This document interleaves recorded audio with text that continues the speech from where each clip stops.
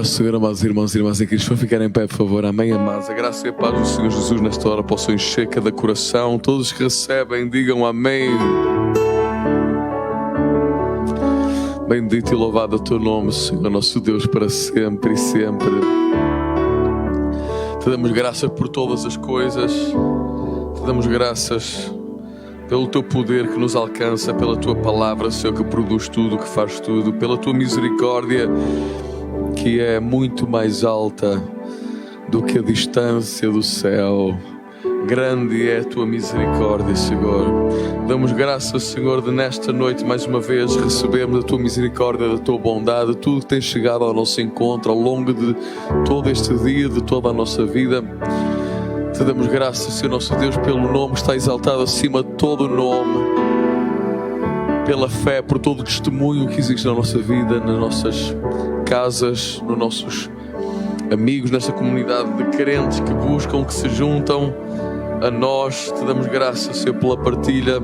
Te damos graças, Senhor nosso Deus, pela tua presença acima de tudo. Por isso queremos pedir, queremos invocar a tua presença. Enche este lugar, Senhor. Enche a nossa vida, enche cada vida daqueles que estão em casa ou daqueles que estão a ver-nos agora, que se estão a juntar a nós.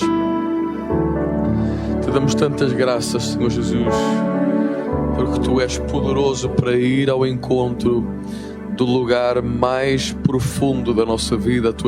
A tua palavra é espada penetrante, é mais afiada do que espada de dois gumes, ela chega bem fundo. Te damos graças disso, Senhor nosso Deus, que possas falar ao nosso coração nesta noite. Para isso unge o teu servo, prepara o nosso coração, em nome de Jesus.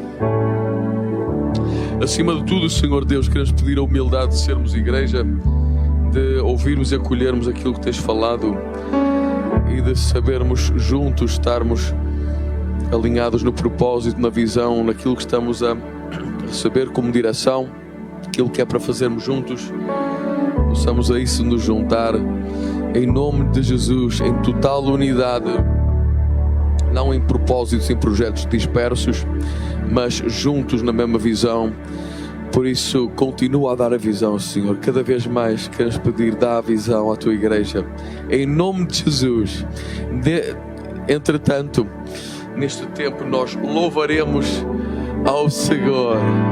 Louvaremos ao Senhor em todo o tempo e o seu louvor estará continuamente nos nossos lábios. Louvamos-te a ti, Jesus. Deus falou algo tremendo ao meu coração nesta manhã. Esta manhã, Deus falou uma coisa que eu nunca tinha percebido, eu nunca sequer tinha questionado isso, Eu tenho a certeza que Deus está a falar ao seu coração, Deus lhe tem falado coisas. E não sou só eu que recebo a palavra de Deus, de certeza. Eu dou graças a Deus que Ele tem falado ao seu coração, que o Espírito Santo de Deus tem falado ao encontro da sua necessidade. Mas eu pensava nesta palavra que Jesus falou por palavras, Jesus falou por parábolas, conforme estava escrito. E está escrito, sem falar por parábolas, não falava às multidões palavra alguma. Porque é que Jesus falava por parábolas? Será que Ele não queria que as pessoas percebessem? O Espírito de Deus disse-me assim: Josué, Jesus também falou ao entendimento, mas Ele muitas vezes falou diretamente ao coração das pessoas. Associações tão simples que tu percebes, tu és psicólogo, tu percebes, Josué, que num nível muito profundo da tua mente as coisas ocorrem por associações muito simples. E Jesus quis falar sistematicamente por parábolas para associar ao teu coração o reino dos céus. O reino dos céus se compara a isto. O reino dos céus é semelhante àquilo. A que hei de comparar o reino dos céus? O reino dos céus é assim. O reino dos céus é semelhante a isto. Eu quero ligar o teu coração, aquilo que há de mais profundo. E às vezes eu vou ter que passar ao lado daquilo que tu consegues entender. Eu vou ter que passar ao lado do teu pensamento, eu vou ter que falar diretamente ao teu coração, coisas muito simples, mas eu quero que o reino dos céus, a realidade do reino esteja aí. Eu não consigo nem começar nem acabar de agradecer a Deus por tudo aquilo que Ele tem trazido à minha vida, à minha casa, a este ministério. O quanto Deus tem trabalhado, tem falado, tem tocado, tem agido, tem mudado, tem quebrado, tem sarado, tem ligado, tem feito de novo, tem restaurado. E por isso nós hoje vamos cantar Bendize ao Senhor com 2 cânticos. 10.000 razões, ó minha alma bendiz. E outro cântico, bendiz minha alma ao Senhor. Eu hoje só quero bendizer a Deus, portanto você vai ter que me desculpar, eu vou bendizer a Deus mesmo. Amém? Glória a Deus. Você é capaz de entender a profundidade daquilo que o Espírito Santo de Deus falou esta manhã ao meu coração? Jesus também falou ao pensamento. Houve coisas visíveis, eles não aceitaram, os fariseus não aceitaram aquilo que viam. Jesus falou diretamente ao coração. Eu quero ligar, fazer uma associação tão simples no teu coração ao reino dos céus. Recebe a realidade do reino. E é algo que parece tão simples, mas é tão gigantesco, tão imenso. Abra o seu coração, Deus tem muito mais. Deus tem muito mais em nome de Jesus.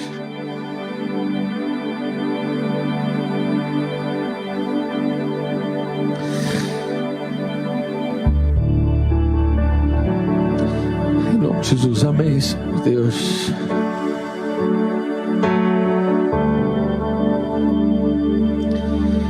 Aleluia. Cante todo o seu coração. Oh, minha alma bendiz ao Senhor, louva o seu santo nome,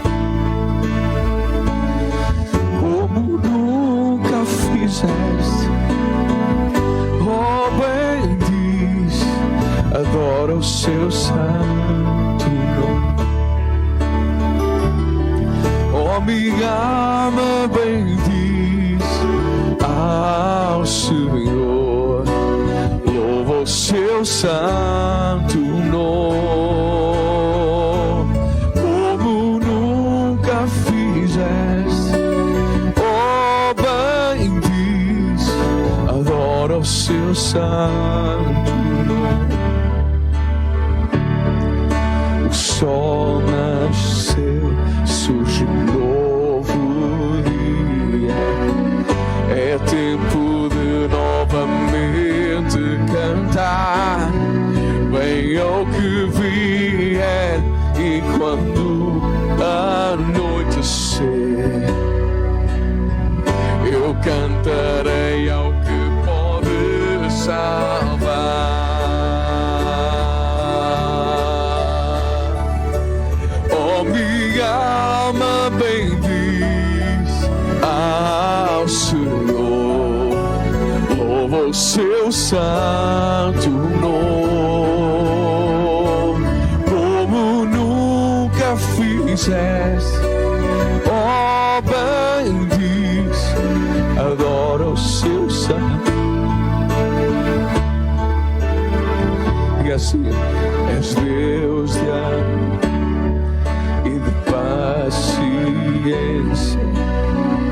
Teu nome é grande, teu modo gentil. Por tua bondade, Pai, seguirei cantando. Por 10.000 anos e por outros 1000. 10.000 razões, aleluia. Oh, minha alma bendiz ao Senhor, louva o seu santo nome, como nunca fizeste. Oh, bendiz, adora o seu santo nome. Oh, louva o Senhor, declara. Oh, minha alma bendiz ao Senhor, louva o seu santo nome, como nunca fizeste. Oh, bendiz, adora o seu santo nome. Agora diga assim: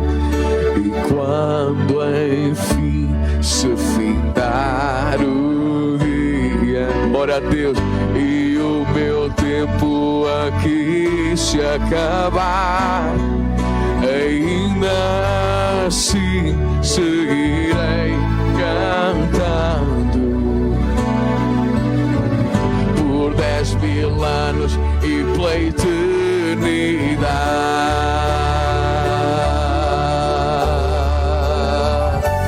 Oh, minha alma bendiz ao Senhor, louva o seu santo nome, como nunca fizeste. Oh, bendiz, adora o seu santo nome.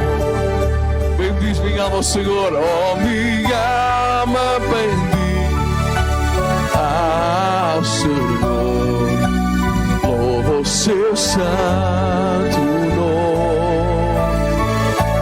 como nunca fizeste. Oh, bendiz, adora o seu santo nome, adora o seu santo nome, adora o seu santo nome, adora o seu santo. Aleluia, adora o seu santo nome,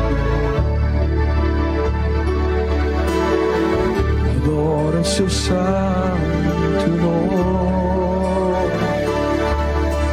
adora o seu santo,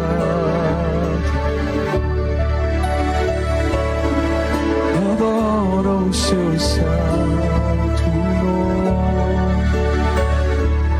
sim, adora o seu santo nome.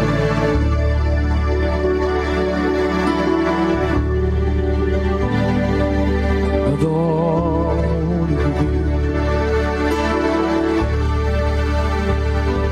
o teu nome é grande, o teu nome é santo, o teu nome é poderoso. O teu nome está muito acima de todo outro poder,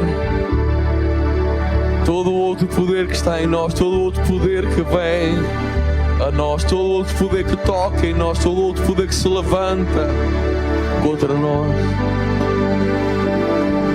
O teu nome é santo, o teu nome é poderoso, o teu nome é uma coluna de fogo no meio da noite, como um sinal para as trevas, guardando o teu povo, os teus filhos, as nossas casas, guardando tudo aquilo que é teu.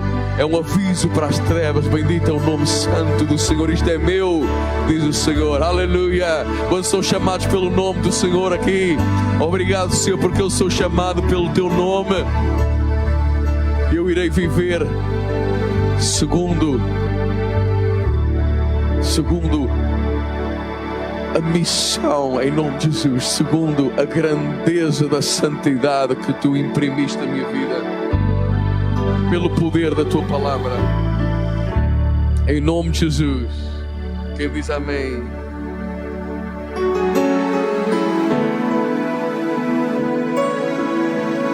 Diga assim comigo: o meu desejo,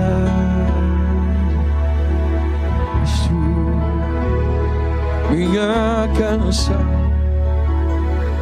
é para ti, meu coração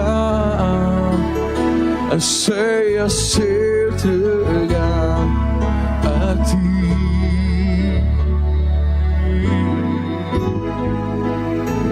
O meu desejo és tu, minha canção é para ti, meu coração anseia ser entregado a ti,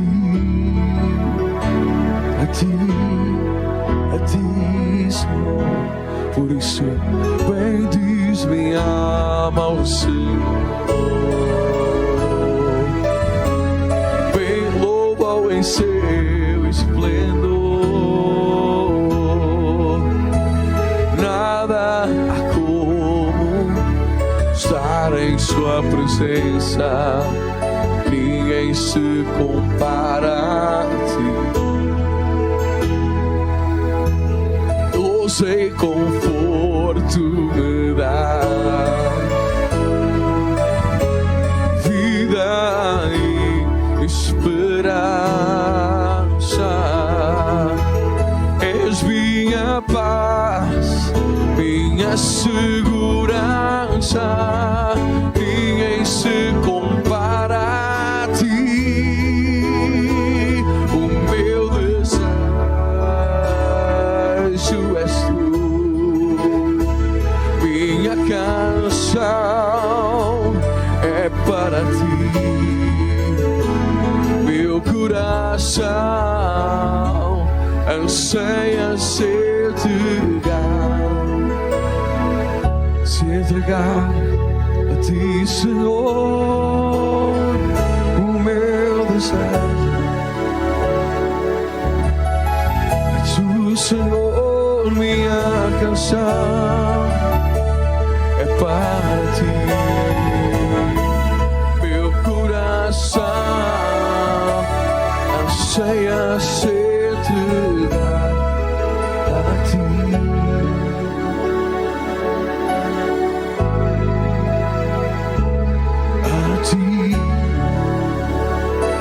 Recebe tudo que há em mim, Senhor, a ti.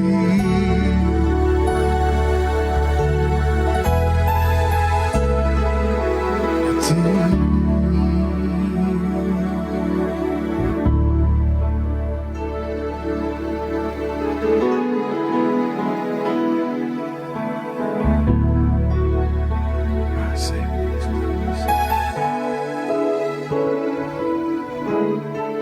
Bendito seja Deus. Glória a Deus, graças a Deus. Damos um aplauso para Jesus. Bendito seja Deus. Ele está a ser relacionado.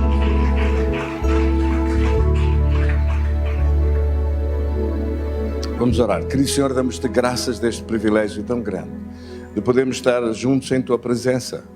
Nós aqui presentes no culto, e todos os nossos irmãos e irmãs em Cristo que participam conosco, espalhados em todo lugar, nas suas casas, ou em qualquer lugar onde estiverem agora a escutar essa palavra. Nós clamamos em nome de Jesus diante do teu trono, por mudanças, por transformações de vida, por mudanças de situações difíceis ou impossíveis, para as quais nós não temos resposta. Mas Deus é o Deus dos impossíveis. O Senhor, Criador dos céus e da terra, abre portas que ninguém pode fechar e realiza prodígios e milagres e libertação e vitória e bênção muito maior do que tudo que nós poderíamos durante uma vida inteira tentar fazer e alcançar por nosso próprio esforço. Nós que não fomos criados para viver desligados de Deus, mas nos seus propósitos, para fazer conjuntamente com Deus, sendo cooperadores com Deus, fazendo juntamente os seus planos, a sua vontade, a sua obra sobre esta terra. Nós te agradecemos hoje de poder adorar o teu nome e louvar o teu nome, pelo entendimento das Escrituras, pela sabedoria que tu nos tens trazido ao nosso coração, pela renovação da nossa mente no conhecimento da tua palavra, porque a mudança da mente e dos pensamentos e da mentalidade, a mudança da maneira de pensar, que faz com que nós possamos mudar os nossos comportamentos. Ajuda-nos a viver uma vida que te agrade, uma vida que produza fruto, e fruto com abundância, porque para isso nós fomos criados, para dar fruto. E eu te agradeço de coração pelo propósito da vida, que é servir a Deus. Te agradeço pela descoberta do propósito da vida, para o qual nós fomos criados, servir-te a ti, Senhor, servir o teu reino, servir os teus planos, servir os teus propósitos, entregar a nossa vida para ti e ouvir um dia a tua palavra conforme está declarada. Vinde, benditos do meu Pai, porque tive fome e destes-me de comer, tive sede e destes-me de beber. Era estrangeiro e hospedaste-me, estava nu e vestiste-me, ou preso e fostes ver-me, ou enfermo e visitaste. E dirá o justo: Senhor, quando te vimos com fome e te demos de comer, ou com sede e te demos de beber? Quando te vimos enfermo e te visitamos, ou nu e te vestimos? Quando, Senhor? Te vimos preso e te fomos ver? Quando? Jesus dirá: quando fizeste a um destes meus pequeninos irmãos, a mim fizestes. Eu te agradeço, meu Deus, de coração, pelo privilégio mais alto que existe na vida humana, que é buscar-te e servir-te, viver em tua comunhão, realizar em conjunto contigo os planos, não só para a vida de cada ser humano, mas os planos de Deus sobre esta terra. Enquanto um mundo que jaz no maligno, que continua debaixo da escravidão de Satanás, se afasta e se alonga com princípios e com regras e leis e uma mentalidade de costas voltadas para Deus e para a sua palavra, nós oramos hoje em nome de Jesus diante do teu trono, que dentro das casas entre o teu louvor, a tua adoração, que desde os mais pequeninos nas casas possam ouvir cânticos de louvor e adoração, possam cantar juntamente conosco, possam conhecer, acordar a louvar a Deus, acordar pensando nas coisas de Deus, adorando Deus, pelo caminho para as escolas possam louvar o nome de Jesus, possam os seus cânticos nos seus corações ser os cânticos que os pais, que o pai e a mãe cantam, que os filhos possam adorar juntos, que possam buscar a tua presença juntos, para que essa semente fique nos corações desde tenra idade. Eu clamo diante da tua presença, Senhor. Glorifica o teu nome em nossa vida. Glorifica o teu nome em nossa vida. Glorifica o teu nome em nossa vida. Em nome de Cristo Jesus. Amém. Glória a Deus. Damos um aplauso para Jesus. Bendito seja Deus.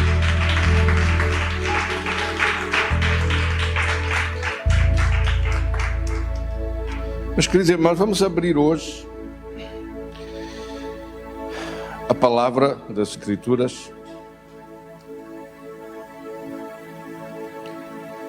E abrimos em nome de Jesus de todo o coração. Mateus capítulo 24, versículo 45. Diz assim a Escritura: quem é, pois, o servo fiel e prudente, a quem o Senhor confiou os seus conservos para dar-lhes sustento a seu tempo? Bem-aventurado aquele servo a quem o seu Senhor, quando vier, achar fazendo assim. Em verdade vos digo que lhe confiará todos os seus bens. Mas se aquele servo, sendo mau, disser consigo mesmo: meu Senhor demora, e passar a espancar os seus companheiros, a comer e a beber com ébrios, virá o Senhor daquele servo em dia em que não o espera e em hora que não sabe, e o castigará, lançando-lhe a sorte com os hipócritas, e ali haverá choro e ranger de dentes. Bendito seja Deus. Querido Senhor, damos-te graças da tua palavra, do teu favor, da tua bênção. Glorifica o teu nome em nossa vida. Bendito seja Deus. Amém. Graças a Deus. Meus queridos irmãos, tenham a gentileza de sentar e vamos meditar nesta palavra.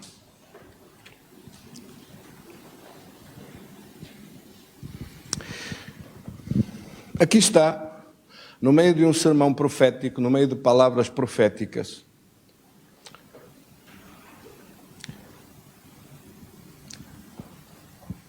no meio de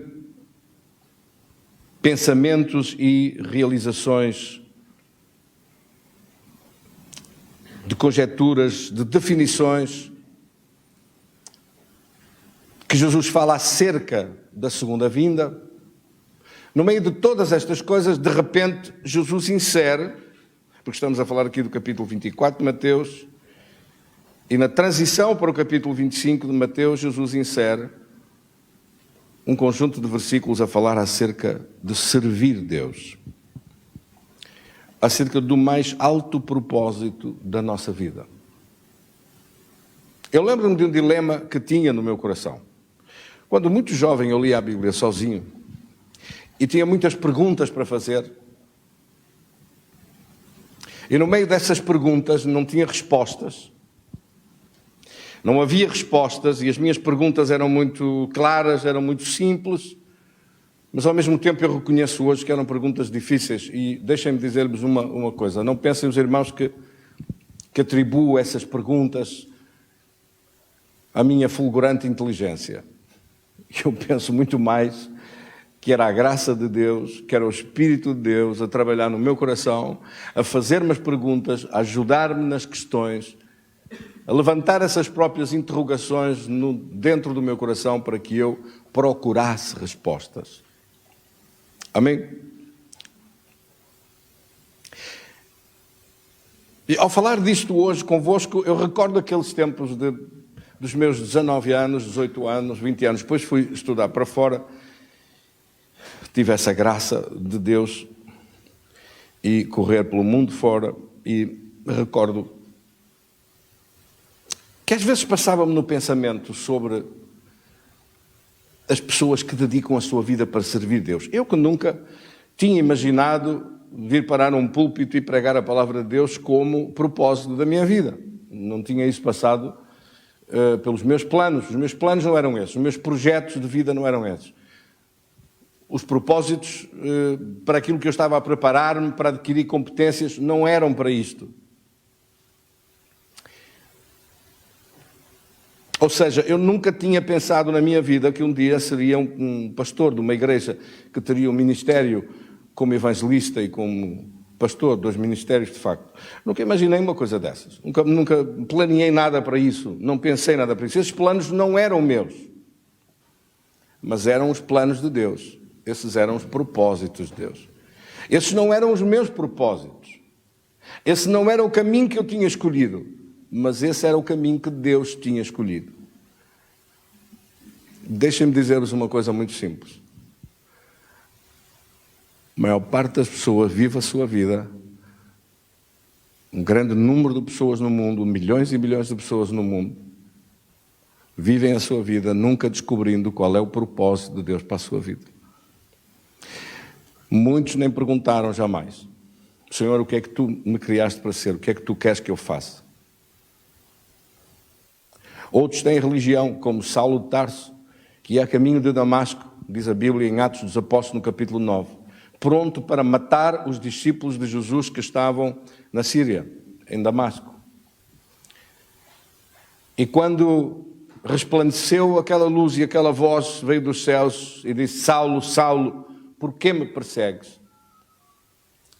E ele tombou abaixo da sua própria grandeza, da sua fama, do seu caminho religioso, da sua vida, dos seus planos, das suas ambições políticas e religiosas dessa época, e perguntou: quem és tu, Senhor? Quem és tu? Eu disse: eu sou Jesus a quem tu persegues. Logo, imediatamente a seguir a isto, ele perguntou: Senhor, que queres tu que eu faça?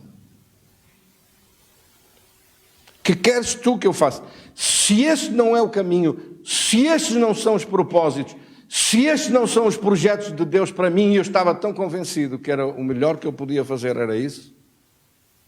Estes são os pensamentos de Saulo de Tarso, que vem a transformar-se no apóstolo Paulo, um dos maiores apóstolos da igreja, que escreveu grande parte da doutrina do Novo Testamento,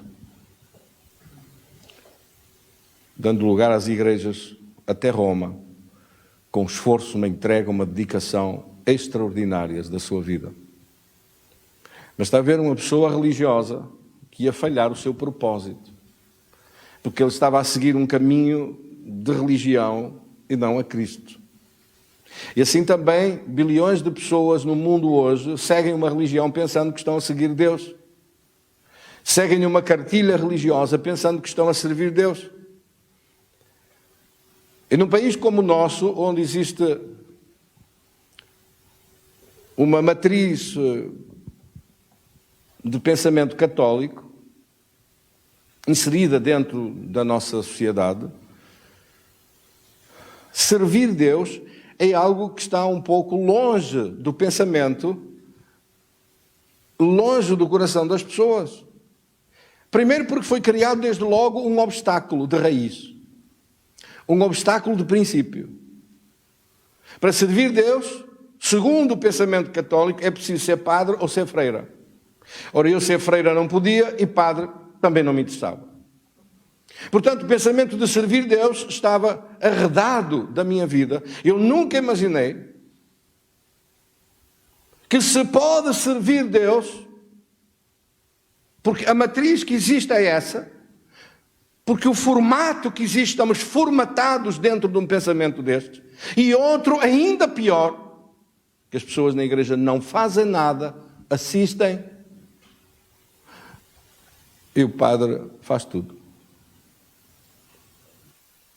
E mais, as pessoas são considerados leigos. Leigo é um ignorante que fica pouco acima de estúpido. E chamar leigos às pessoas não é propriamente um elogio. E digo isso com a melhor delicadeza que eu posso dizer. Quer dizer que é um desconhecedor que não percebe nada, que não sabe nada. E de facto as pessoas são mantidas nesse estado de não saber nada, de não conhecer nada, de não ter acesso a nada. E quando, como eu, pedia explicações, mantinham-me mais ou menos a não perceber nada do que estavam a dizer.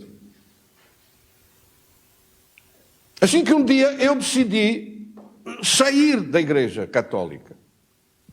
Eu teria mais ou menos nessa altura uns 17 anos.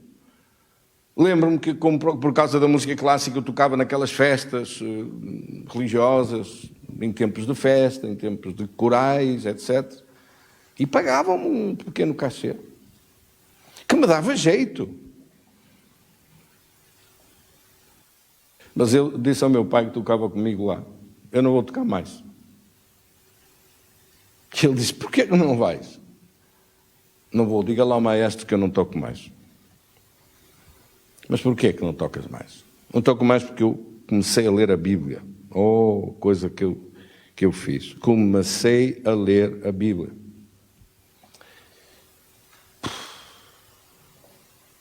E quando o padre começava a falar, os músicos, o coral e toda a gente saía por lá fora, iam fumar lá para fora, iam contar anedotas,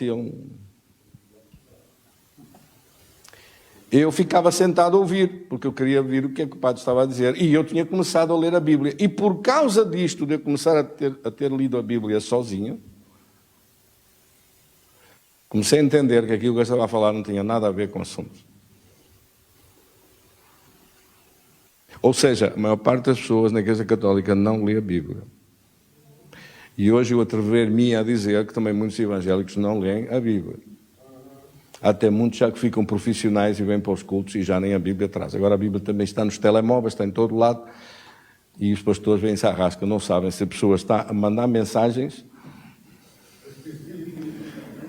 se está no Facebook, se está a ver o Instagram ou se está de facto a ler a Bíblia. Ora, o pastor pode não ver e não saber, e ninguém saber, e ninguém ver, mas Deus vê.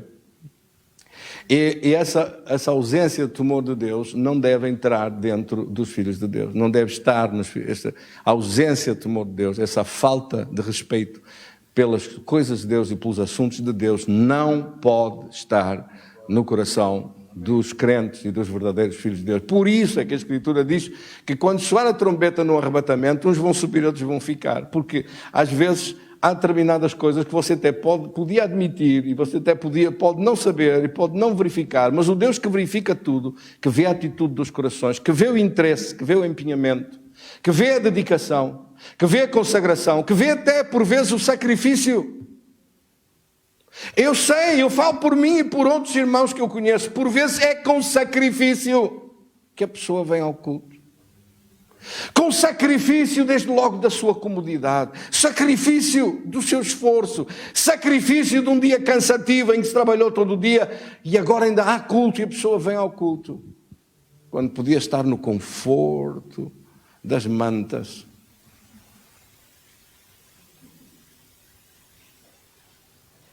no quentinho, sem ter que deslocar, sem ter que fazer nada, porque Deus compreende que eu estou cansado. Deus entende tudo.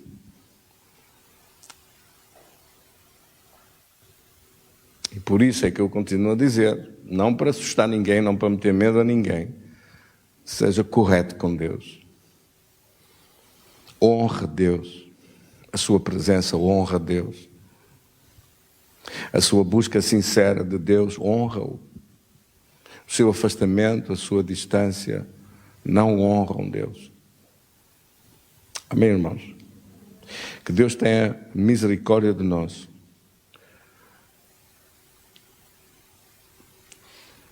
Quando passei pelaquela prova em que precisava ser sarado, e fui sarado, lembrei-me de dizer para Deus, se tu me quiseres para alguma coisa, se por acaso houver alguma coisa que tu queiras para mim, que não seja bem isto que eu planeei, que não sejam estes propósitos e estes planos que eu fiz,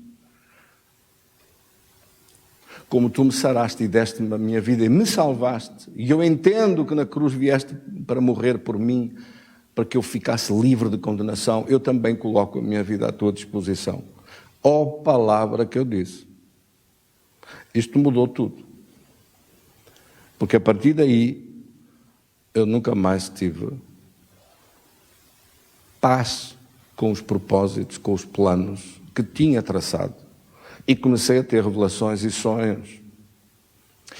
Então aprofundei mais a minha vida com Deus para conhecer os propósitos de Deus e os planos de Deus. Se eu devia continuar na profissão que eu estava ou largar tudo e servir Deus. Se podia ter um caminho intermédio em que eu trabalhasse e ao mesmo tempo servisse Deus. Se eu podia ter algum resto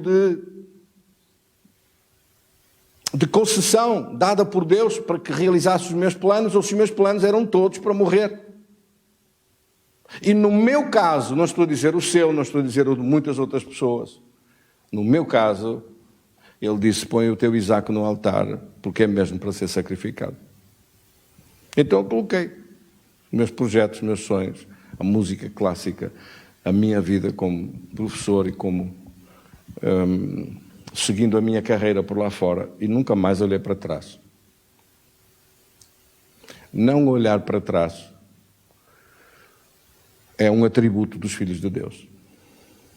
Não ter mais desejo no meu coração de voltar para trás, para esse caminho, para a procura de realização pessoal, de sucesso pessoal, deixando as coisas de Deus e seguindo apenas aquilo que eram os planos que eu tinha feito. Eu descobri isto, descobri que há um propósito com Deus, havia um propósito com Deus na minha vida, muito maior do que os meus propósitos, do que os meus pensamentos. Recordo aquela escritura de Isaías capítulo 55, que diz, os meus pensamentos não são os vossos pensamentos, nem os meus caminhos são os vossos caminhos, diz o Senhor. Então os meus pensamentos para a minha vida eram uns, pensamentos de Deus para a minha vida eram outros. E Jesus disse, aquele que amar a sua vida a perderá, e aquele que perder a sua vida por amor de mim a achará. Assim que eu tive que perder a minha vida por amor dele e perder os meus propósitos trocando-os pela vontade de Deus. Eu entendi, no meu caso era radical, no meu caso era para cortar tudo, no meu caso era para esquecer tudo, no meu caso era para enterrar tudo. Sonhos que eu tinha trabalhado durante quase 20 anos. Eram para enterrar tudo isso, para deitar tudo fora. Carreira, preparação, formação, curso, tudo fora. Mudar radicalmente de vida. E em 2 anos a minha vida mudou radicalmente.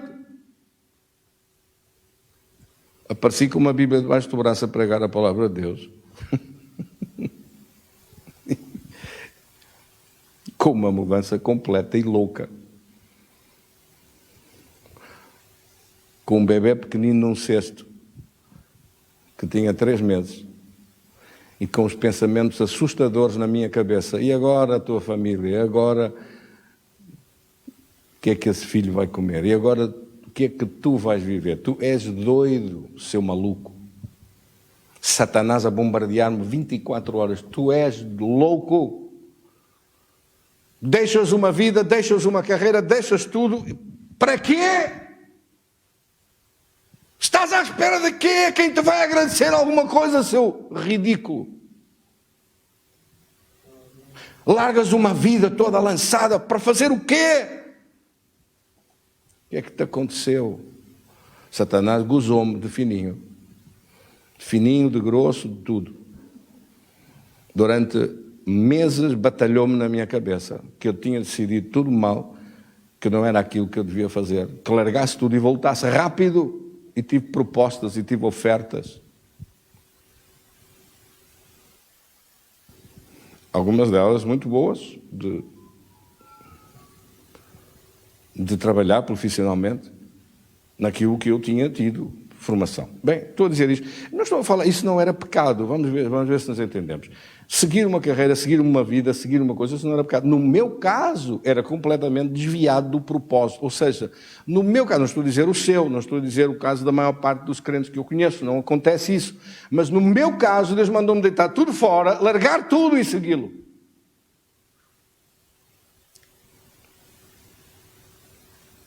Eu, na altura, não entendi bem a profundidade disso e o que isto queria bem dizer. Mas você encontra isso na Bíblia em relação aos ministérios, em relação aos apóstolos, em relação aos discípulos. Larga tudo, deixa as redes, larga os barcos, larga tudo. A Saulo Tarso diz, larga tudo, agora o caminho sou eu. E ele que era o perseguidor da igreja, Saulo Tarso, começou a ser o perseguido. Aquele que perseguia, agora começou a ser perseguido. Então nós vemos uma mudança radical. Em alguns casos da Escritura você encontra essa mudança radical, extraordinária. No meu caso também aconteceu isso. Aqui é que isto se chama o propósito de servir Deus. Entender o propósito. Entender porquê Deus trouxe a sua vida à existência. Por isso, pessoalmente, eu considero,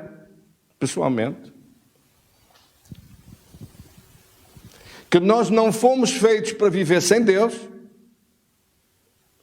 que fomos criados para viver numa unidade com Deus e numa comunhão com Deus, numa intimidade com Deus, e que fomos feitos para servir juntamente com Ele os seus planos e propósitos. Era como se você se juntasse a uma empresa, colabora na execução dos planos dessa empresa, participa na realização dos projetos dessa empresa, oferece a sua vida para isso e coloca-se à disposição de receber ordens de quem administra, de quem gera, de quem dirige, e oferece para fazer aquilo que lhe mandam fazer. E a sua vida, os seus direitos, às suas próprias escolhas e à sua própria vida, morreu, desapareceu. Por isso eu entendo muito bem o que o apóstolo Paulo disse. Já não vivo mais eu, mas Cristo vive em mim. A vida que agora vivo, a vivo na fé do Filho de Deus que me amou e se entregou a si mesmo por mim. Gálatas 3:20. Amém, meus queridos irmãos? O propósito de servir. Curiosamente, o propósito de servir Deus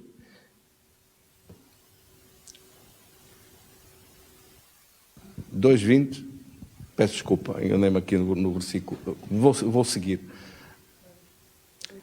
Gálatas 2:20, eu enganei-me, disse 3, não é 3, é 2.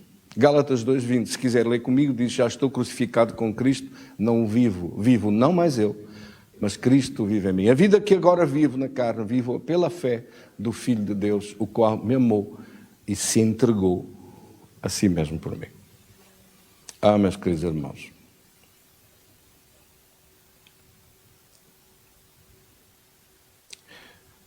servir Deus tem de facto, parece uma coisa muito simples à primeira vista, mas servir Deus tem de facto um valor extraordinário que nós precisamos de aprofundar. Amém? Se reparar comigo, em primeiro lugar, não é possível viver com Deus, caminhar com Deus, fazer a sua obra sem entender que o caminho com Deus passa a ser um caminho de unidade. Aquilo que Jesus disse em João capítulo 11, versículo 30, eu e o Pai somos um. Do mesmo modo, os filhos de Deus, os discípulos, aqueles que o servem, não podem viver sem ser um com Deus. Não podem viver separados desta unidade com Deus. De ouvir Deus, de seguir as suas instruções, de fazer a sua vontade, de realizar os seus propósitos, não é possível. De querer mais a vontade de Deus, os planos de Deus, os propósitos de Deus na sua vida do que os seus próprios. Não vivendo mais para realizar as vontades do seu ego, do seu eu, mas sendo Cristo que está sentado no trono do nosso coração e sendo servido. Servir a Cristo. E servir a Cristo é servir aos irmãos também. Não existe tal coisa como servir a Deus, servir a Cristo e não servir ninguém. Porque o mandamento novo que o Senhor deu, em substituição de tudo o que está para trás, ou seja, colmatando, sublimando todo o ensino que está para trás, Ele disse, amarás ao Senhor teu Deus de todo o teu coração, de todas as tuas forças, de todo o teu pensamento, de todo o teu coração, de todo o teu entendimento e de todas as tuas forças. E amarás ao teu próximo como a ti mesmo. Eu não posso amar a Deus, deixar o mandamento a meio, eu não posso amar a Deus e não querer saber de ninguém. Não é possível isso. Eu não posso só amar a Deus e não fazer nada pelos outros, e não participar da obra de Deus, e não ser igreja, porque a igreja é o corpo de Cristo. E um dos maiores privilégios que nós temos é ajudar alguém a crescer em Cristo, caminhar ao lado dessa pessoa, dar-lhe instruções, ajudá-lo a crescer, ajudá-lo a ganhar raízes, ajudá-lo a firmar-se na sua vida. Trazê-lo para uma igreja, para um lugar de culto, onde essa pessoa possa ser plantado e ele próprio vir a dar fruto dali a algum tempo para a frente. Semear a palavra, como os crentes semeiam a palavra de Deus no coração dos seus filhos desde tenra idade. A caminho da escola, a caminho toca um CD, toca-se um louvor, aparece uma adoração. O pai vai conduzir o carro, ou a mãe, vão louvar a Deus e a cantar a Deus. Vamos cantar juntos, e eles cantam. Porque senão eles vão cantar todas as músicas que ouvem nas televisões, nos programas infantis, nas coisas do mundo, e não vão saber uma única canção, uma única letra. Não vão saber nada, não vão cantar nada. Não vai ser semeado nada nos seus corações desde tenra idade, e essa é uma responsabilidade que Deus entregou aos pais para o fazer. A Bíblia diz que coloca a semente, o conhecimento, dentro do coração do menino, enquanto ele está de tenra idade, enquanto ele é ainda de tenra idade. E mais tarde, no seu tempo de maturidade, ele não esquecerá. É uma obrigação nossa. E isso significa rodear-nos de uma atmosfera de louvor, de adoração, em todos os momentos que nós possamos ter. Amém? Não sei porque é que estou a dizer isto hoje, dou esse conselho aos pais que têm crianças pequenas. Eu procurei fazê-lo sempre. E não me arrependo por um momento de tudo isso. Amém? Pelo contrário, devia ter feito mais.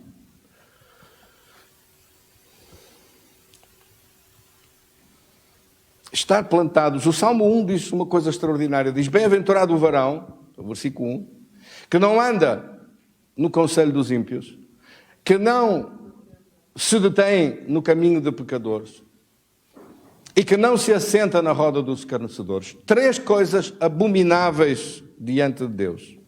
3 coisas que Deus detesta.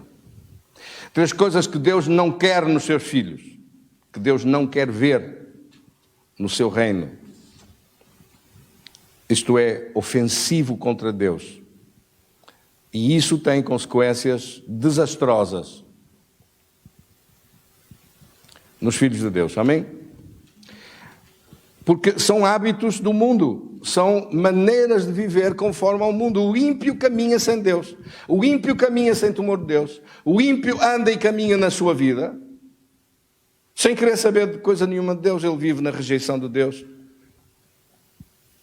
vive uma existência que não tem conhecimento de Deus e também não o procura, sem buscar Deus, sem ligar a sua vida com Deus. O homem que não anda no conselho dos ímpios, que não ouve o conselho dos ímpios, que não dá atenção aos conselhos do mundo. Que conselhos do mundo? Olha, os conselhos do mundo hoje que você vê. Conselhos dos ímpios, ideologia de género nas escolas. Conselhos dos ímpios, aborto grátis até aos 9 meses. Matem os vossos filhos no ventre das mães. Sem arrependimento, sem nada, sem coisa nenhuma que venha a produzir alguma mudança de atitude e de transformação. Conselho dos ímpios. Abre os olhos dos corruptos todos, não querendo mais nada que não seja uma vida de ausência de retidão, de honestidade, de valores pelos quais nós, como filhos de Deus, pautamos a nossa vida. Não é preciso ninguém estar a ver a sua vida. O seu telemóvel deve estar disponível para qualquer pessoa poder olhar para ele.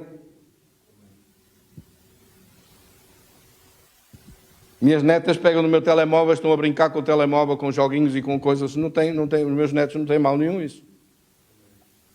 Há gente que não pode dar o telemóvel a ninguém. Não podem emprestar o telemóvel a ninguém. Tem lá cenas tão horríveis que não podem emprestar a ninguém. Tem um conhecido meu que de vez em quando mandava umas anedotas e umas coisas, às vezes umas imagens. Mandei para ele um recado, disse: não me volta a mandar nada disto. Não que aquilo tivesse algum mal dele, ou que ele me estivesse a corromper, ou que eu não quero nada que me envergonhe, que não possa, que acho que sejam piadas um bocado picantes demais, ou que sejam graçolas um bocado sem graça. Não quero nada disso. Quem é que me está a entender?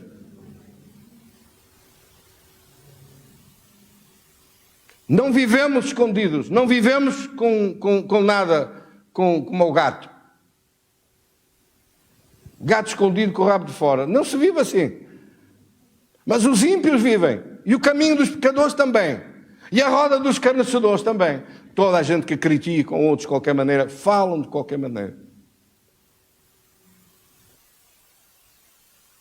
Que destroem a vida de outros. Que não têm cuidado nenhum pelo seu próximo.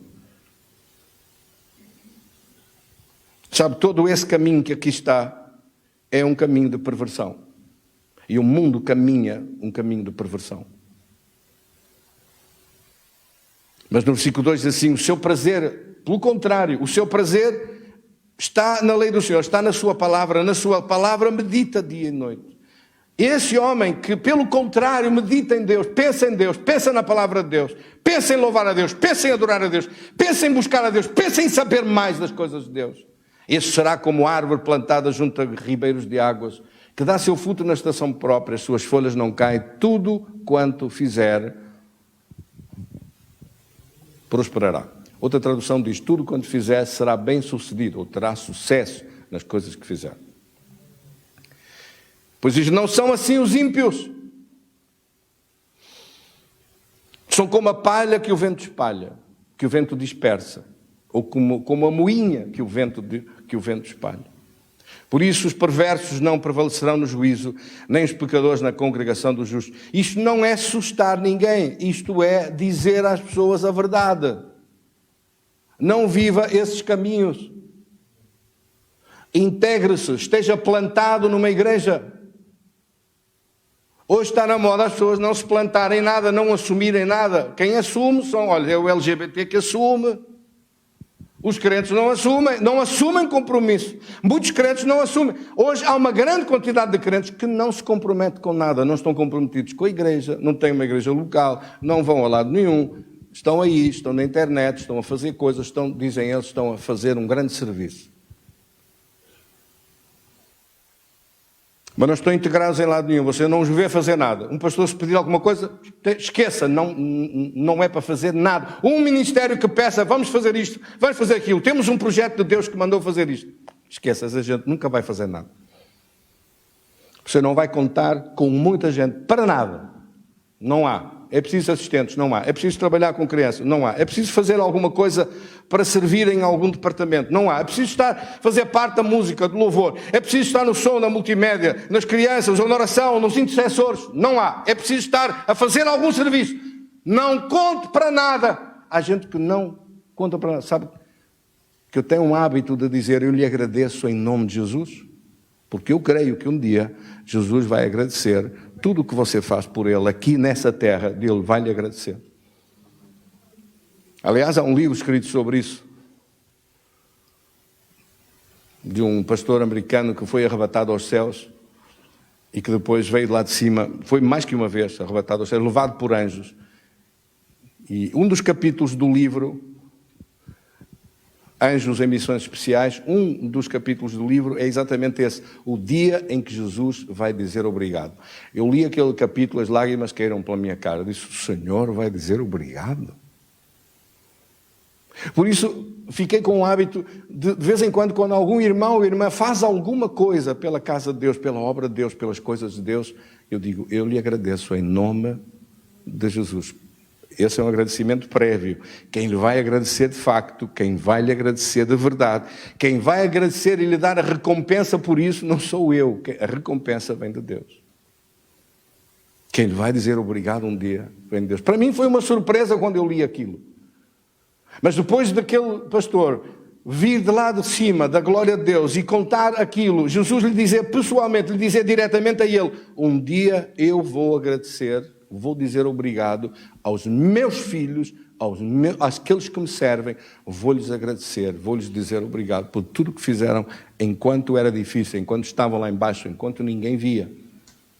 Mesmo sem saber a recompensa, mesmo sem ter noção dessa recompensa, um dia eu vou-lhes dizer obrigado. E sabe que misturado nas palavras proféticas da sua segunda vinda, está muita coisa escrita acerca de servir a Deus. Desde logo, como falávamos estes dias, a parábola dos talentos está lá inscrita no meio do capítulo 25 de Mateus, capítulo profético. E na continuação, as escrituras que dizem, no versículo 40, quando fizeste a um destes pequenos irmãos, a mim o fizestes. Ou quando não fizestes a um destes irmãos, foi a mim que o negaste.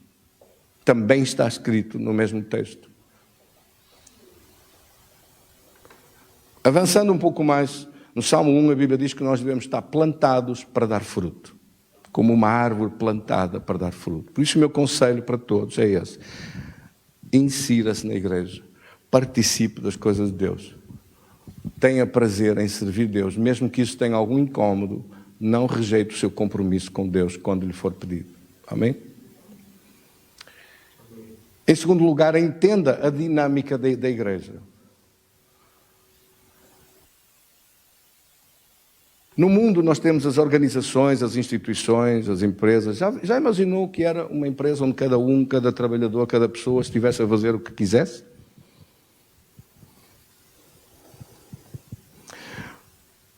Entra numa grande empresa, tem as pessoas que estão desde a base, desde cá em baixo, na entrada, nos porteiros, no controle de entradas e saídas. Depois vai por lá acima, se for para os armazéns, tem o armazenamento ou os produtos de uma fábrica. Depois tem de um lado aqueles que estão no empacotamento, nas exportações, no envio das coisas, que estão nos trabalhos diferenciados. Ou a administração. Ou logo a seguir, abaixo da administração, as pessoas que comandam os setores. Os diretores de serviços diferenciados. Já imaginou uma grande empresa dessas que empregam milhares de pessoas? Como cada um tem que fazer a sua parte? Como uma grande orquestra, tudo faz e cada um faz exatamente aquilo que deve fazer, para no final ser um som harmonioso e agradável e a música seja executada e se possa ouvir. Quando imagino uma orquestra em que os primeiros violinos, os segundos, os violoncelos, os sopros, as flautas, os oboés, os trombones, os trompetes, toda a gente chega lá, não, tenha paciência. Eu cá tenho a música no meu coração, tenho Deus à minha maneira e eu vou tocar como apetecer hoje. A sério? Há gente que não tem conceito nenhum do que é igreja. Que não tem ideia nenhuma do que é participação no ministério. Estão a fazer o seu assunto. Estão a fazer a sua coisa. Duvido muito, em primeiro lugar, que Deus tenha chamado isso para fazer isso. Pode ser. O apóstolo Paulo foi ele que disse, não fui eu. Está escrito na palavra de Deus. Que se pregue de todas as maneiras.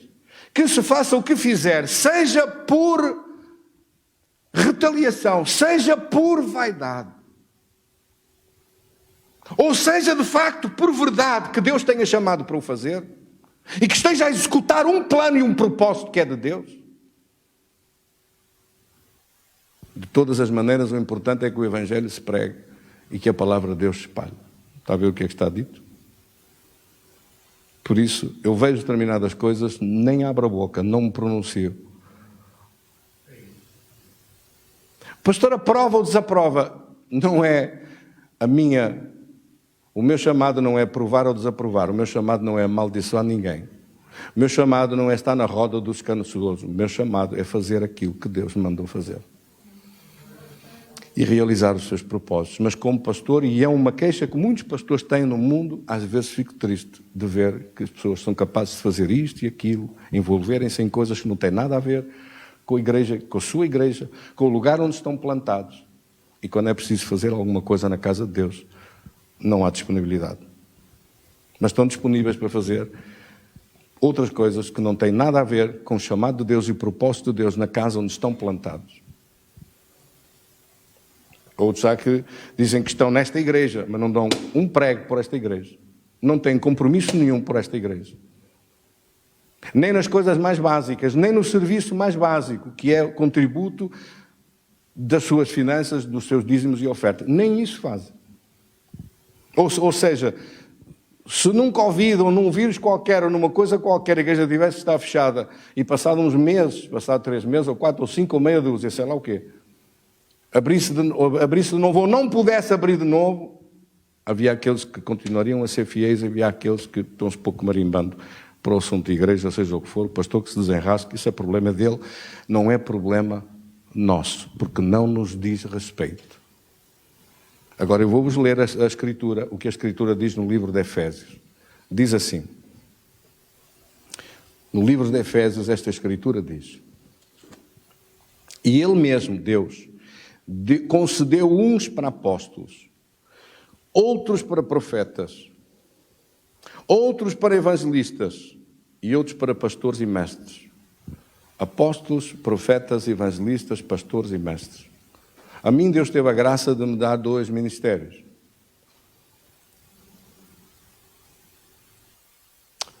Um dia nos Estados Unidos, um grande apóstolo que já partiu para a presença de Deus, um grande profeta de Deus, Dinacaran, se você procurar, não,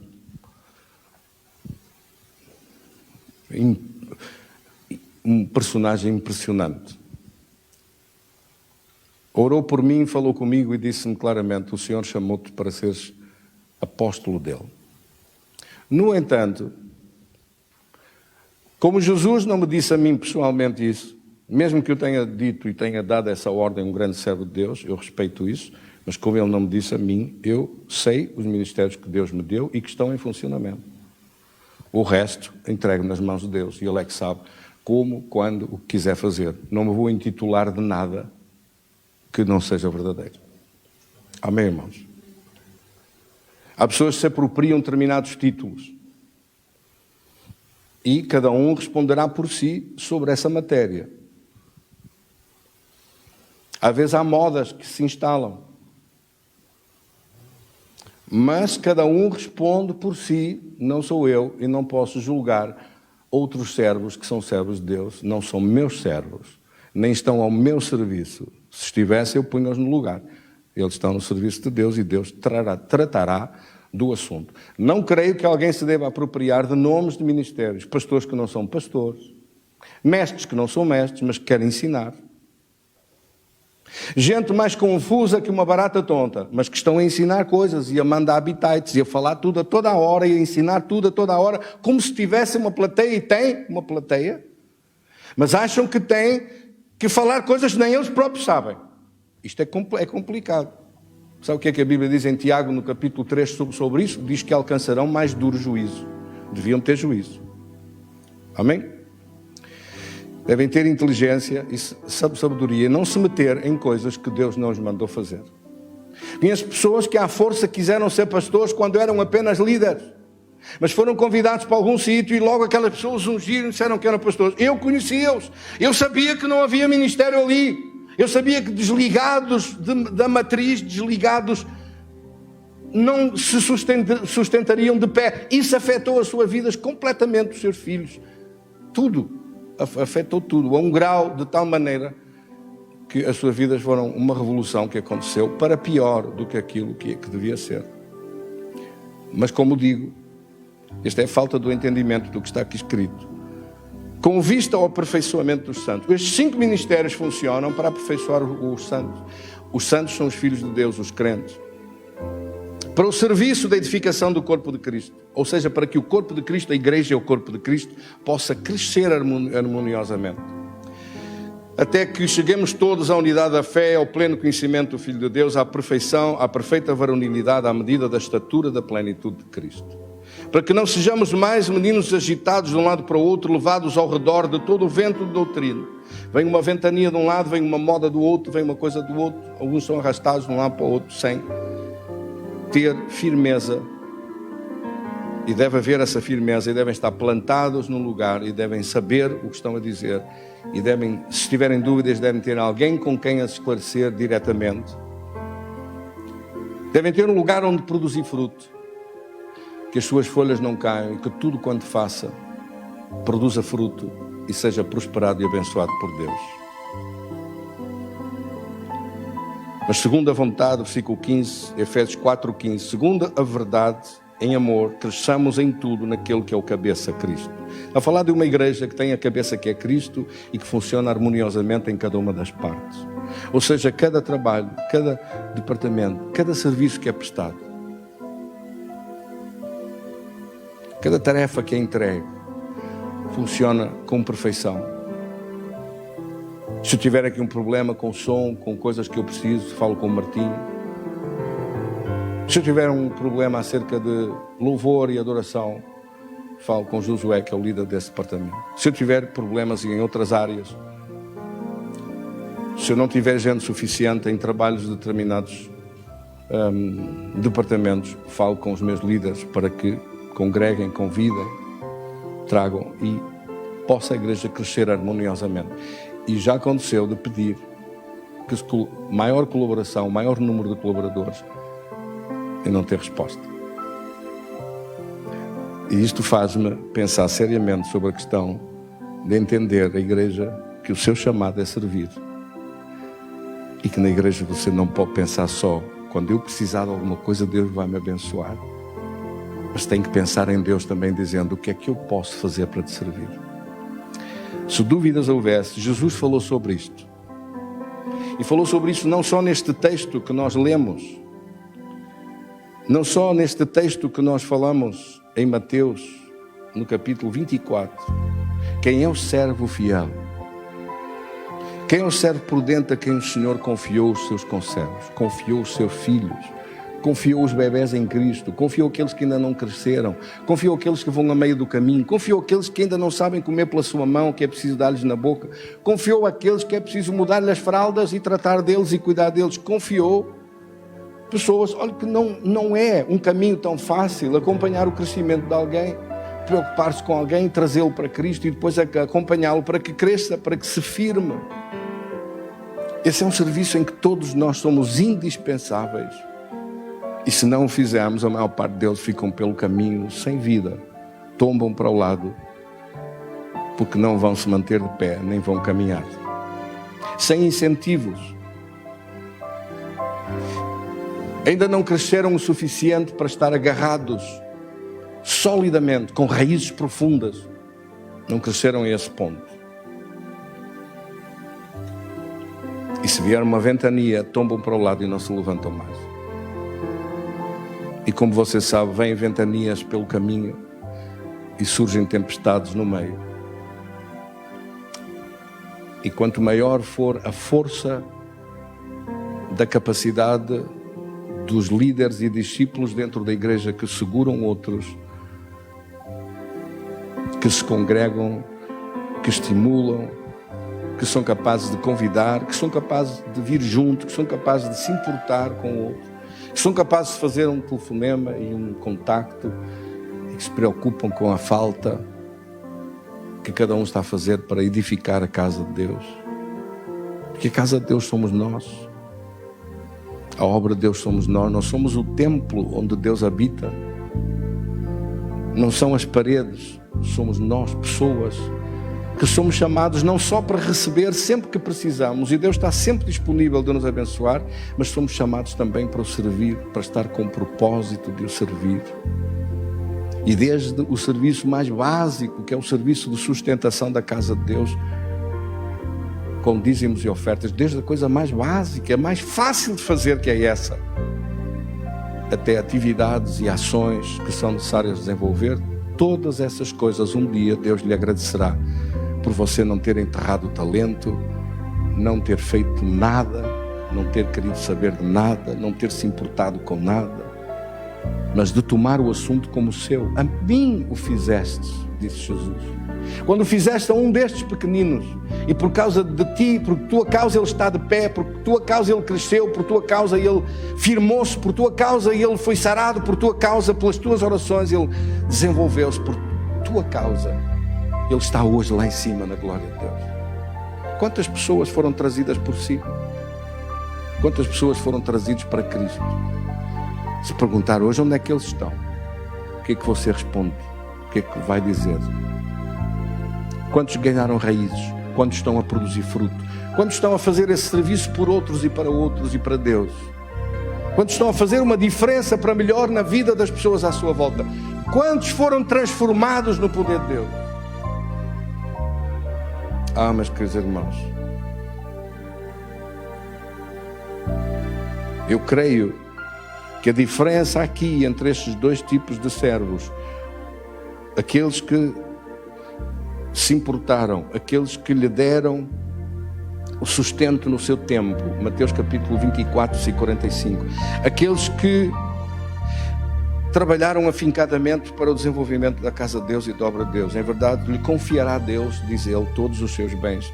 Mas aquele que disser, não, ele demora, se ele ainda demora muito, ainda falta muito tempo, espancar os seus companheiros, ou seja, abusar das pessoas, pôr-se a comer e a beber com ébrios, seguir, como o Salmo 1 diz, na companhia dos ímpios, na roda dos escarnecedores, não querendo saber das coisas de Deus, não atendendo às coisas de Deus. O Senhor virá no dia em que ele não espera e o castigará, lançando a sua sorte com os hipócritas. Ali havia choro e ranger de dentes. Não fez o seu propósito, não realizou. Sabe para quem é que isto está escrito? Não está escrito só para os apóstolos, para os profetas, para os evangelistas, para os pastores e os mestres. Está escrito para toda a igreja. Agora diga-me, aqueles tipos de cristianismo que até proíbem as pessoas de orar uns pelos outros, que proíbem as pessoas de falar a palavra de Deus, aquele tipo de cristianismo onde só um ou dois fazem tudo e os outros não fazem nada, onde as pessoas são impedidos de servir Deus, são atrapalhados para não servir Deus, são proibidos até de orar. Não, você não pode orar, quem tem que vir orar é o apóstolo, é que tem que vir orar. A Bíblia não diz isso. Vai expulsar um demônio. Não, você não pode ir expulsar nada. Tem que chamar o pastor, ou tem que chamar o presbítero, tem que chamar alguém. Isso não é verdade. A Escritura diz em Marcos no capítulo 16, estes sinais seguirão aos que crerem. Em meu nome expulsarão demónios, em meu nome falarão novas línguas, em meu nome terão domínio sobre as serpentes, em meu nome, se alguma coisa mortífera lhes for dado, não lhe fará dano algum, em meu nome imporão as mãos sobre os enfermos e eles sararão. Em meu nome foram e pregaram e falaram a minha palavra. Isso é para os discípulos todos, todos aqueles que creem em mim, que creem no meu nome. Meus queridos irmãos, esse é o chamado e o propósito de Deus para a nossa vida. Jesus, como eu disse há momentos, Ele próprio falou sobre isso. Lembra-se da parábola do semeador? A Bíblia diz em Mateus no capítulo 13, o semeador saiu a semear e uma parte da semente caiu no caminho. As aves do céu vieram e comeram a semente. Depois disso, outra parte caiu em solo rochoso, onde a terra era pouca e logo nasceu, visto não ser profunda a terra. Saindo, porém, o sol queimou-a e porque não tinha raiz, secou-se. Outra caiu, a semente caiu entre espinhos, os espinhos cresceram e sufocaram-na. Outra, enfim, caiu em boa terra e deu fruto a 100, a 60 e a 30 por um. Jesus explicou isto aos discípulos à parte, quando os discípulos mais tarde disseram: Senhor, tu falas por parábolas. Aquilo que o pastor Josué estava a dizer no início hoje é neste texto que se refere. Eu nem imaginava que ele ia dizer isto, que ele ia falar disto. Eu tenho isto escrito há uma semana para falar à igreja. Deus falou comigo sobre isso, dizendo: diz-lhes, só 25%, 1 em cada 4 crentes deram fruto. 1 em cada 4. O que caiu à beira do caminho é aquele em que a palavra não entra, não há entendimento e facilmente desiste. Então a palavra foi semeada, a palavra foi dada, você convidou, você chamou, você trouxe, você fez coisas por determinadas pessoas, a semente ficou à superfície pousada, as aves dos céus, as aves vieram, olharam aquilo, foram e comeram. Jesus disse: o que é isto? O maligno vem e rouba a palavra que foi semeada. Não chega a entrar, não chega a haver entendimento, não chega a haver profundidade. O coração não se abre em profundidade para isto. O entendimento da palavra não chega a desenvolver nada. Então não dá fruto. Outra caiu em terra com pedras, com pedregais, em terra rochosa. Tinha uma pouca terra à superfície.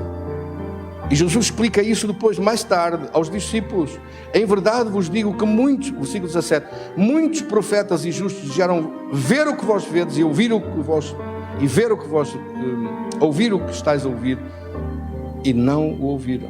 Atendei, pois, à parábola do semeador. Todos que ouvem a palavra do reino, não a compreendendo, vem o maligno e arrebata o que lhes foi semeado no coração. Este é o que foi semeado à beira do caminho. O que foi semeado em solo rochoso é aquele que ouve a palavra e logo a recebe com alegria, mas não tem raiz em si mesmo. Quer dizer, não chega a ganhar raízes. Por isso é que eu disse, o acompanhamento dos discípulos a outros novos bebés em Cristo, novos convertidos, o acompanhamento da igreja, do trabalho, da sua dedicação, do seu compromisso em fazer a diferença. Faz o quê? Faz com que se ganhem raízes. Mas diz aqui, quando chega a angústia, quando vem a perseguição por causa da palavra, logo se escandalizam. Não há raízes, por isso não dá fruto nenhum. Foi semeado entre espinhos, é aquele, versículo 22, aquele que ouve a palavra, porém os cuidados do mundo e a fascinação das riquezas sufocam a palavra e ela fica infrutífera. Mateus 13, 22. Que linda palavra. Por fim, há um outro terreno onde a semente caiu. A palavra caiu numa terra boa. E nessa terra a semente caiu e essa terra é frutífera. Tem profundidade, tem condições, foi preparado, houve acompanhamento, houve cuidado no crescimento daqueles frutos. E disse, essa dá fruto a 30, a 60 e a 100 por um. Em cada 4, um dá fruto. E esse fruto depois tem 3 categorias diferentes, a 30, a 60 e a 100. Meus queridos irmãos, entender a obra de Deus como um compromisso da nossa parte.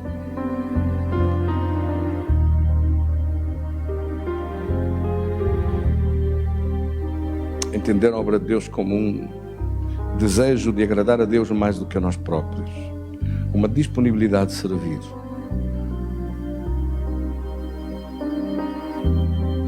Já imaginou a quantidade de gente que faz coisas por si próprio? Acha que Deus se agrada disso? Responda-me.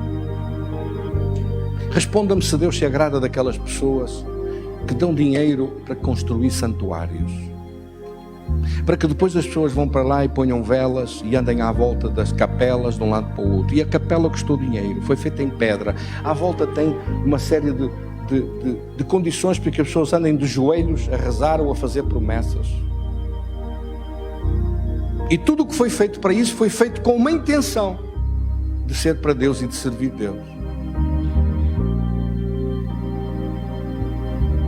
Um santuário em Portugal, conhecido no mundo, tem um auditório espantoso de 10.000 lugares sentados.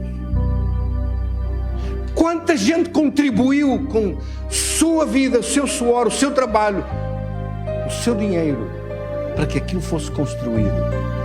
Diga-me, responda-me, se Deus vai agradecer e algum dia vai dizer obrigado porque fizeste isto.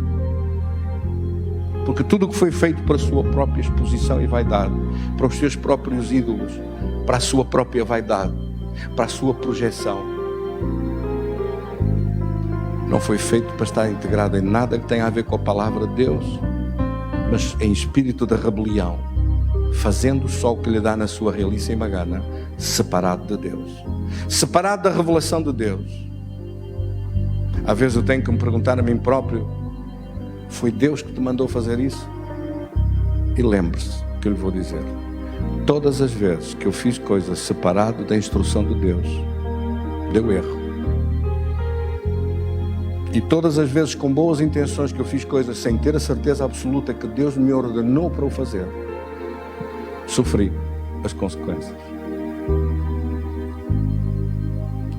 Por isso a vida, através das coisas que vamos passando e que às vezes sofremos, vamos crescendo e aprendendo de que o administrador da obra não somos nós, é Ele. E aquele cuja vontade nós temos que obedecer não somos nós, é Ele. Aquele a quem servimos é Ele. E na nossa vida o melhor é servir a Deus. E todos nós, como um corpo, servimos Deus, entregando a nossa vida para o servir. Que Deus nos ajude a servir cada vez mais e melhor. Porque eu creio que no serviço não está somente a realização do propósito, mas está o segredo mais contido do arrebatamento quando soar a trombeta. Amém? Para terminar, eu converti-me num ministério que se chamava Cristo Viene, em Porto Rico, em espanhol, em inglês. Cristo vem.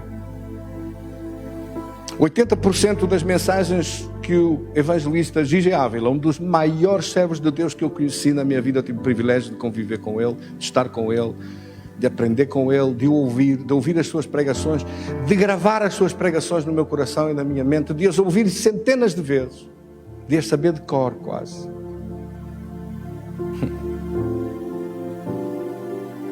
Que privilégio tão grande, que grande servo de Deus. 80% das mensagens que ele pregava eram sobre a segunda vinda de Cristo. Vi multidões a correr para a frente quando ele pregava sobre a segunda vinda de Cristo.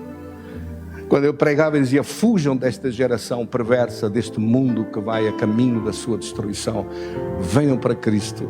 Fujam como Noé fugiu para a arca. Refugiem-se nos braços de Deus para ser livres da hora que vem. E eu também fui um daqueles que correu para a frente para entrar na arca. A igreja é como se fosse a arca neste tempo. Amém, irmãos? Um lugar de refúgio. Embaixada de Cristo. O que faz de um culto e de uma igreja esse lugar tão extraordinário é a presença de Deus, o poder de Deus, a bênção de Deus, a unção de Deus.